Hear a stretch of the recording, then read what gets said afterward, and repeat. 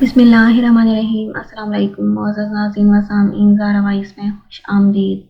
ہر دعا قبول کروانے کا وظیفہ فضیلت حضرت حسن بصری رحمۃ اللہ علیہ بیان کرتے ہیں کہ حضرت سمرہ بن جندب رضی اللہ عنہا نے فرمایا کہ میں تم سے ایک حدیث نہ بیان کروں جو میں نے حضور صلی اللہ علیہ وسلم سے کئی مرتبہ سنی ہے۔ اسی طرح حضرت ابو بکر صدیق رضی اللہ عنہ سے کئی مرتبہ سنی، اسی طرح حضرت عمر رضی اللہ عنہ سے کئی مرتبہ سنی ہے۔ میں نے کہا جی ہاں ضرور بتائیں۔ انہوں نے فرمایا جو شخص ان کلمات کو صبح و شام پڑھے گا اللہ تعالیٰ اس کی ہر دعا کو قبول فرمائے گا۔ سمرہ رضی اللہ عنہ فرماتے ہیں میں نے عبداللہ بن سلام رضی اللہ عنہ سے ملاقات کی اور پوچھا کہ آپ کو ایک حدیث نہ سناؤں جو میں نے حضور صلی اللہ علیہ وسلم، ابو بکر صدیق رضی اللہ عنہ اور حضرت عمر رضی اللہ عنہ سے کئی مرتبہ سنی۔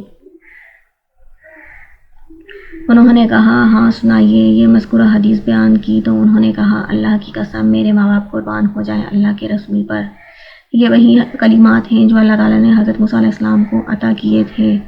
وہ ہر روز 7 مرتبہ ان کلمات کو پڑھتے تھے، پھر جو بھی سوال کرتے اللہ تعالیٰ اسے پورا فرماتے۔ وہ کلمات یہ ہیں: اللہم انتا خلقتنی وانتا تہدینی وانتا تطعمنی وانتا تسقینی وانتا تمیتنی وانتا تحیینی۔